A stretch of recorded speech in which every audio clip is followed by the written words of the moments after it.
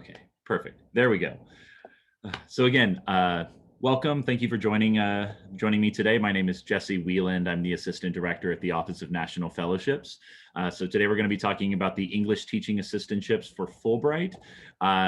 It's Fulbright, as some of you may be very well aware, it's one of the more rigorous application processes that the Office of National Fellowships and the Office of Graduate Fellowships and Awards works with.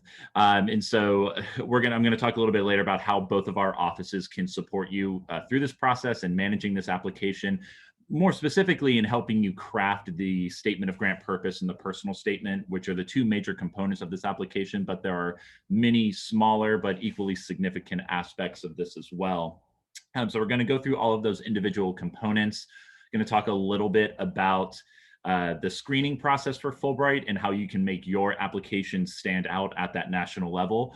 We're going to be talking about our internal review process. So I'm sure some of you may be aware of the national deadlines for Fulbright, but we have our own internal office deadlines where we ask that you have full and complete applications early because we have an interview process. And again, I'll get into that a little bit later. And then we'll have time for questions at the end.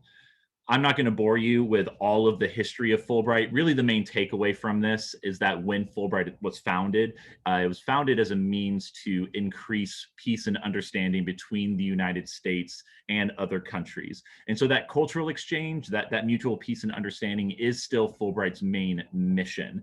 And so if you apply for the ETA opportunity, so that's the vehicle by which you do that. But through your application, we're going to find multiple ways to incorporate your skills and talents and your other interests, and how are you going to not just teach English to your students, but how are you going to share elements of culture as you define it, and how are you going to engage with culture and people in the place that you're in. So Fulbright, it's funded by the U.S. State Department. Like I already said, the focus is that mutual peace and understanding, but it's a way for students or people to engage in English instruction, but then there are also research opportunities, other academic opportunities, and creative arts opportunities. And so I know at this early stage, some of you may be interested in a few different Fulbright awards and maybe don't know which one you're interested in yet. So when you do reach out and talk to an advisor, whether it's myself or one of my colleagues, if you're kind of at that crossroad, please be sure to mention that to us and we can help find the best award for you at this point in your academic career. Eligibility is pretty straightforward for Fulbright. You just need to be a US citizen. You also and 9.9 times out of 10 cannot hold dual citizenship with the country that you're applying to. There are a few exceptions. I think Mexico is one of those countries. But if you're wanting to do an ETA in Germany, but you're a dual German and US citizen, you would be ineligible. And in almost all of those cases is because it would lessen the impact of that mutual peace and understanding. If it's already a culture you're extremely familiar with, you're already fluent in the language, Fulbright wants to provide those opportunities to people who may not be as aware. You need to have your bachelor's degree by the time that you start. So if you're currently in your PhD or you're a master's degree student, you are eligible. If you're an undergraduate student, which is predominantly what my office, the Office of National Fellowships works with, you either need to be in your senior year or you need to be, the earliest you can apply is spring of your junior year, so as a rising senior. Every country is going to have different requirements. One of those, the major ones, is the language requirement. There are plenty of ETA opportunities that have no requirement for the language. There are others where it can range from beginner, intermediate to advanced. It just depends on really where you apply. But in your application, and again, I'll talk more about this later, but you need to show that you have at least that proficiency for that specific country. And then the last bullet point, when it comes to health, that if that is any concern of yours, talk to your advisor, and we can go into a little bit more detail about your circumstance. Okay, so Fulbright exists in over 160 different countries. For the ETA, it's anywhere from 8 to 13 months. I believe South Korea has the longest stint at 13 months, and that's because they incorporate at the very beginning of your experience, you earn your TEFL certificate. But Fulbright is going to cover your travel expenses, your health insurance. You do get a monthly stipend. you won't be living lavishly, but they will make sure that you're taken care of. And in just certain awards and in certain circumstances, there may be some other stipends or funding that you receive, but they cover the entirety of your experience. That's what you should take away from that. These ETAs, unless there is in a country that has a very specific caveat opportunity, is going to be in a single location. The ETA is also going to exist differently in every country. And so what I mean by that is that some countries, I believe, like since I already mentioned, I'll just use South Korea as another example. Your first priority is that you are there to teach English to students. And so it's between like 30 to 40 hours a week. That is, I mean, the cultural exchange obviously is still important, but you are there as an English teaching assistant. There are other ETAs where you may be in the classroom only 12 to 15 hours a week. And that time may be supplemented by what is called I'm going to space on the term. It's a supplemental project, and that's very malleable. It can be whatever you want it to be, as long as it's within reason, within the guidelines that ETA offers. But that's where students maybe who have musical talents or who write poetry or who have other interests can have this more informally structured program in addition to their English teaching opportunities. This also varies in terms of the age of your students. So you could be teaching young kids to middle school or high school age to college age. And so if the age of your student, if you don't want to teach with kids, and to be quite honest, I wouldn't blame you, but if that's important to you, then I would look at the opportunities where you would be teaching an older population of student. In some instances, those opportunities may require intermediate to advanced knowledge of the language, but not always. And the last bullet point, that's what I've already talked about, just that secondary project of yours. So when you're looking through these ETA opportunities, be very intentional about finding the one that best align with your interests. And at the very end of this presentation, after questions, if you haven't been to the Fulbright website, I can also bring that up and we can go through that together to kind of show you how to navigate the website, because it's fun to use, but it is rather dense. Before getting into all of the specific components of the award, I'm also just going to talk about a few students who and how they molded their talents and interests to the ETA opportunity that they participated in. Brian, for example, is one of my favorite students that I've ever worked with. And when he was looking at Fulbright, he had an interest in education. He knew he wanted to get his master's eventually in higher education and to work not just with students, but to ultimately later in his career work in policy to make education more equitable and more accessible to more marginalized student populations. And so when he was researching these different ETA opportunities, what stood out about the ETA in Kenya was in particular their education system. And from what I recall in our conversations is that your proficiency in English was directly tied to how far you could advance in Kenya's educational system. And so when the access piece is something that he felt he could be effective in. So not just teaching English, but really help mentor these students and help them in as a first generation college student himself. He wanted to make sure that he could help share those resources with them, show them the value of a higher education, whether they pursued it in Kenya or were interested in pursuing it in the United States. And so Kenya also had, and this goes back to making sure you read these countries' pages for the ETA explicitly. They had a preference for individuals that could teach either using sport, using debate, or using there's one other aspect. I'm going to space on it right now while I'm being recorded. But anyways, in his application, when he in his statement of grant purpose specifically, when he was talking about how he would teach students, he tried to reference those specific elements, and the missing one was art. And so he talked about how he could use art within the classroom to not only help students be creative, but to be able to share with the class what they drew and the importance of it. This also came into play in his personal statement, where he highlighted some of his volunteer work when he was an undergraduate at FSU, and how he did this actual work with other students at summer camps and through other organizations. And so he was able to perfectly align the ETA in Kenya with his skills and talents, but then also with his future direction. Um, Something else that really stands out about Brian is that he applied for Fulbright his senior year. He didn't get it, and we went back to the drawing board the next year. We also had worked on another fellowship, and so after he graduated from Florida State, he participated in like a year-long like gap year program. And during that, we went back to the drawing board with his Fulbright. We reworked it. We added in new elements. And the second time he applied, he went from not even being named a semifinalist to being selected. And so I'll talk a little bit more about that later when it comes to Fulbright. But it should never be the be-all, end-all. But this is an opportunity because it's due so early. It usually, for most applicants during their senior year, it is excellent practice in terms of that writing process when you're looking at internships, graduate school, and job opportunities. And ideally, of course, we want you to go, but at the very least, it's excellent practice that can prepare you for those opportunities.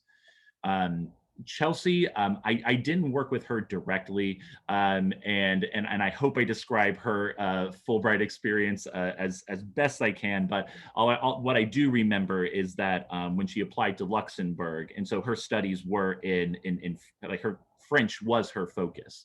And so looking at a francophone country was how she limited the options in terms of which Fulbright she wanted to apply to.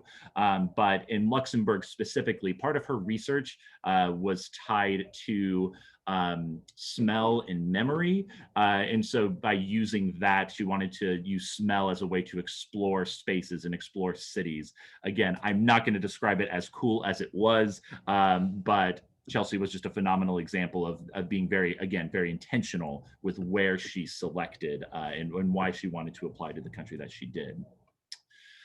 Okay, so the application components. The Fulbright application specifically is not necessarily difficult. It is just very dense. It is an extremely deconstructed resume in many senses of the term. And so, like I said, the two main essays, the statement of purpose and the personal statements, are the ones that we predominantly work on. But then in the application itself, you're also going to have multiple short responses that can be like 250 characters that often get overlooked until the very end. And it's like, oh, like the last like week or two before the deadline is, oh, I didn't do these. Like we need to craft these and we need to edit these. So the point is, don't wait till the very end to go through all of those components in your application. Once you make an account, be filling in those little items bit by bit on a like weekly or bi-weekly basis. The first component, though, the statement of grant purpose, both for the ETA, you have a one-page statement of purpose and a one-page personal statement. For any other Fulbright, the academics, the creative arts, or any of those, you have a two-page statement of grant purpose and a one-page personal statement.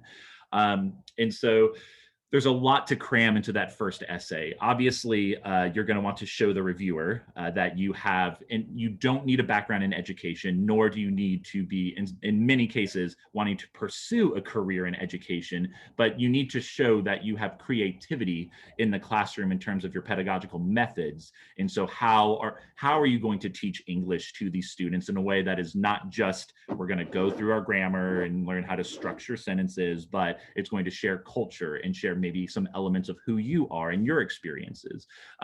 So I have seen students, like I said, using music and art. To give you an example, when I applied for an ETA, I talked about cartoons and punk rock. And so it does not need to be, these traditional like academic methods. It's just something that can be creative, that's authentic and genuine to your interests and who you are. And you can make a case for why you think it's important for these students to learn in that way. So it's not just your pedagogical methods, it's also in trying to incorporate for those Fulbrights that may ask for your supplemental project. You need to have a lot of space to detail what that is, how that may complement what you're doing in the classroom. Is that another means for you to engage your students outside of the classroom, or is it a way for you to engage in the community in a different way? In addition to all of that, you really need to establish why you're applying to the place that you are. Usually that's going to be done in the very beginning. Establish why here, why this place. In some instances, like for Spain, for example, is a very popular destination for a lot of ETA applicants. In the first sentence of your application, you need to not just state this is the population that I have preference for in terms of age, but this is the location that I want to teach in. And I believe there's like 5 or 6 locations in Spain. So if you don't do that, your application is thrown out, which goes back to you need to read these pages very carefully. But point being is establish why you're applying to where you're applying to, dive into your pedagogical methods, and then the end needs to be diving into the cultural engagement or that supplemental project, depending on where you are. So every sentence needs to be very intentional, down to the words that you use need to be very intentional, because you run out of space very quickly because the first 2 lines are devoted to your heading. So it's not even a full page. The personal statement, I think it's easier to start with the statement of grant purpose, because my personal belief is that that statement influences what you write in the personal statement. So for example, going back to Brian, when he was talking about his in-classroom methods, and this is why I'm teaching, yes, it's what Kenya said they had preference for, but he explored that. And then in his personal statement, he talked about his summer as a recipient of the Moellership scholarship through Florida State, which allowed him to work through the summer to work for a nonprofit. I'm forgetting the name of the specific camp that he worked with, but he showed how he worked with students with special needs, how he worked with students whose first language was not English. He showed that in addition to his own Haitian background, and how he served from a young age as a translator for his family. And so, all of that together was just crafted into a very personal, very authentic essay. And after reading the statement of grant purpose, I believe the reviewer could very clearly see why he was interested in the ETA opportunity, but also why he was interested in Kenya.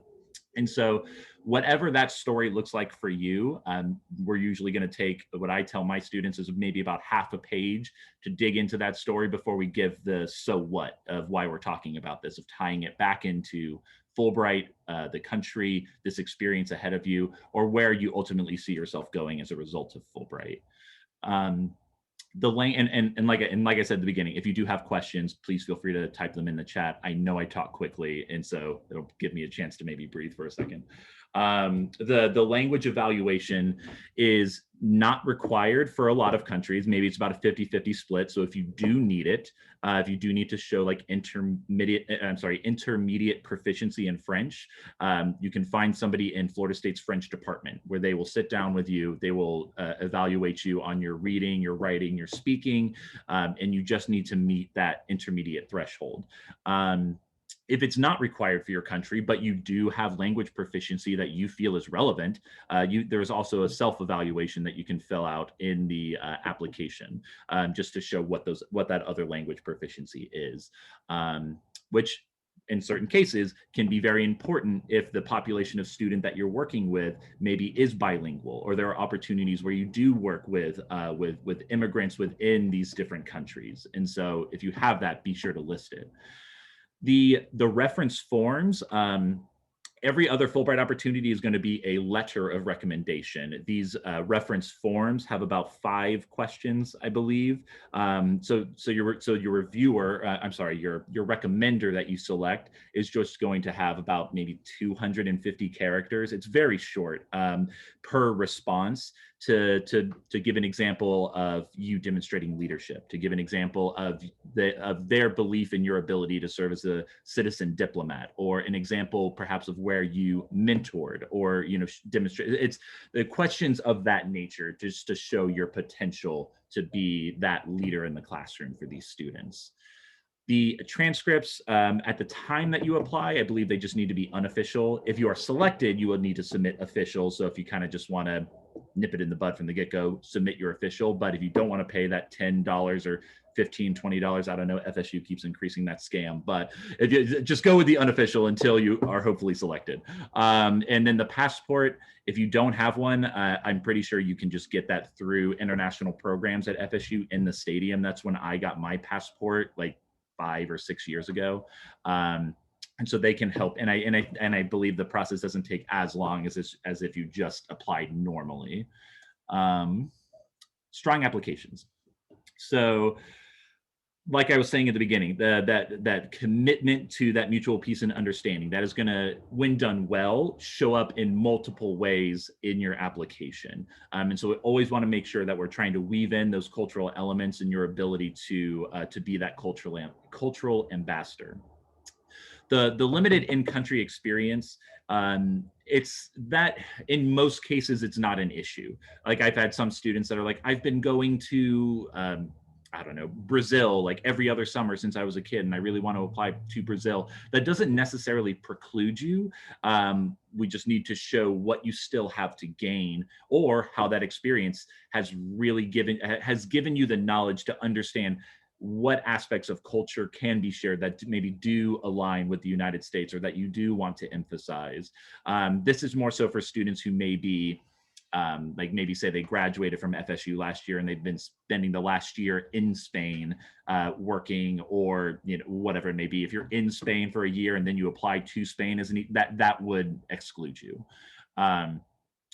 Something that is country specific can be complicated to do, or more difficult to do in my opinion, sometimes for these ETAs than say for like an academic award. That's going to be nuanced for every single applicant. So it's sometimes not just why does it need to be this country, but it could be why does it need to be this region within this country. Like for example, for those Spain ETAs, when they have all of those different placements, it's why do you need to be in the Canary Islands and not Madrid? Or it can be tied to the specific population that you could be working with in that area. So again, this can be answered in multiple ways, but we need to make sure that that is really like hit the nail on the head in your application. Feasibility, if you write down one word, it's just feasible. And so in the 8 to 13 months, Fulbright wants to see how is your mission and your goal going to be completed. Feasibility is still important in the ETAs. Like in the academic grants, it can be even more important. Like if you have 8 months to do a research project, they want to make sure that you're going to finish that project in 8 months. So it still applies to the ETA, specifically if you have one of those supplemental projects. Like if your supplemental project is like, I plan to cure cancer while I'm in Colombia, then it's like, well, that's obviously not going to be feasible. So just make sure that the scope can be completed within that time frame. And then the last bit is something a colleague of mine uses, essays with ARC. So just want to be authentic, you want it to be relevant, and you want it to be compelling. Again, that'll show up throughout your application, not just in these 2 essays. So we want to make sure that holistically your application does that. So this is what I was mentioning earlier when it comes to our internal review process. Fulbright has a very long gestation period from the time that we have this conversation right now to the time that you're working on it and you apply next August, to the time that we actually are finding out either today or tomorrow our semifinalists from this past cycle, to the time that you actually start being like usually the August after that. It is a very long thumb twiddling waiting process. But that's why we get started early, not just because the application is dense and challenging, but we want to make sure that we put your time and effort into this application. So, and again, I'm speaking from my office's perspective, so that by the fall of your senior year, for most people, not all people, this application is more or less done, and then we can move on and talk about, okay, so what are some other fellowship opportunities, or are you applying to grad school, or are you applying for a gap year opportunity, or whatever it may be, because it should never be Fulbright or bust. And I tell that to my strongest applicants, to my applicants that are just like, I came to this late and I'm just trying to get it submitted. Now, that June 9th deadline for stage 1, a project proposal, that'll be submitted through Fluid Review, and we'll get you that information in due time. But that is if you know exactly, this is where I'm applying and this is why, excellent. If you are, these are my 3 countries and I think I would like to, but as long as you have an idea and you have been looking into it and you've started this process, that's what we need to see. Also, we know that you can be very busy over the summer. And so if you are one of those students that 2 p.m. on Tuesday is the only time you have to, focus on this and to be able to meet with your advisor, meeting that June 9th deadline when you register with your advisor, whether that's me, Josh, Craig, or Dr. Stevenson, you can choose that 2 p.m. Tuesday from now until August 24th or whatever the campus deadline is. And that'll be your time slot. Now, and I'm sorry, I can't see it because of all of your lovely faces. Okay, August 25th. There we go. So that is our campus deadline for full and complete applications. We understand, and there are sometimes extenuating circumstances, and a letter may be missing or it is in progress. We get that. But the reason that we want a full and complete application by the end of August is because our office compiles all of those, and then we share it with our faculty committee. And that is made up of former Fulbrighters, not just ETAs, but for academic grants, people that have done research or have very intimate knowledge in some of these countries, people that are fluent in some of the languages where we get a lot of applicants to countries that speak that language. So it's a mixed bag. They review your materials, they look at your letters of your reference letters. They look at your language evaluation, they look at all these components, and in the nicest sense of the word, they grill you on your application and why do you need to do this here? Why is this the next logical step in your academic and professional trajectory? It's usually about a 20-minute interview that takes place about mid-September. And then you get feedback on your application that you're able to apply. You would give you usually about a week to 2 weeks, depending on when your interview is.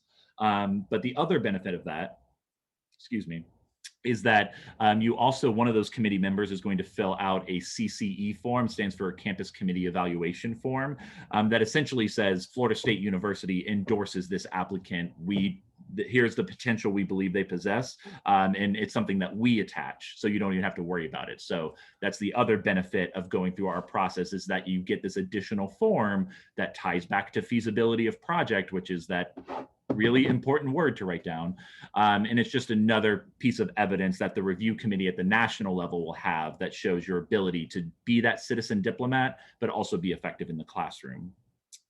It hasn't been set yet. Usually it's the beginning of the second week in October. That's when the national deadline is. So late December, we unsubmit your application, you get your feedback, you implement that feedback, and then you resubmit, submit for the October deadline.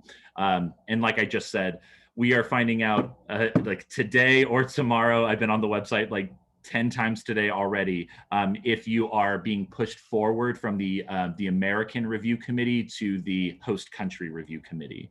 And so if you're nominated as a semifinalist, for the ETA, so you're either a semifinalist, congratulations, keep waiting, or you're a semifinalist, congratulations, here's your interview time. And we had a student that had to interview at 3 a.m. to Moldova. So there is sometimes little flexibility on that. So you get your time and that is it. Or you get a, thanks, but no thanks. And like I said, for that first time for Brian, that's what he got. And then the next time around was the semifinalist that ultimately was selected. And so if you are a semifinalist, usually it's going to be at the earliest late February, but usually March and sometimes into early April. Every country kind of operates differently, but that's when you hear back. For an opportunity that usually starts in August or September, some ETAs start around December, January. So it just depends.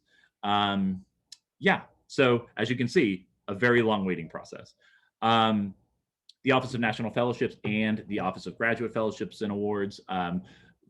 Yes, we can help you, like I said at the very beginning, if you're considering an ETA, if you're considering an academic grant, or if you're considering a few opportunities, we can help you narrow that down to see what is the best opportunity for you at this time. The ETAs are phenomenal experiences, and they can be very malleable and adapted to your interests, but don't apply to an ETA if you're just scared of applying for an academic grant.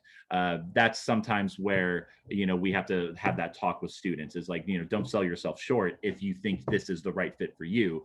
But the ETAs, like I said, are some of my favorite awards to work with because of how creative students can be with those. Application management, if you haven't gotten the sense already, there are a number of components that can be difficult to prioritize on your own, of knowing, okay, so this is what I need to do now. This can be put on the back burner, yada, yada, yada. And so we make sure we're checking in with you on all of those pieces. When it comes to selecting your references, those recommenders, we can also talk with you. For some people, they haven't really they've never asked for a letter of recommendation before. And so that process can be a little bit awkward, but that's why we're here to help. We also have workshops for essay writing, so you don't have to just meet with us. But the first one, as you can see, I believe that says April 15th. Again, let me move your faces. Yes, April 15th at 3 p.m. And so we'll pair you with another applicant for you to share your materials, make edits, and talk to each other on ways to improve your applications. And then we also have contacts within Fulbright should you have questions that we can't answer. We'll put you in contact with them. This is our contact information. Again, my name is Jesse. My laptop just did the weird like fade thing where I can see my battery is slowly dying on me. So I'm trying to wrap up this portion so I can still get to questions. And so I'm going to go ahead and stop the screen share and stop the recording.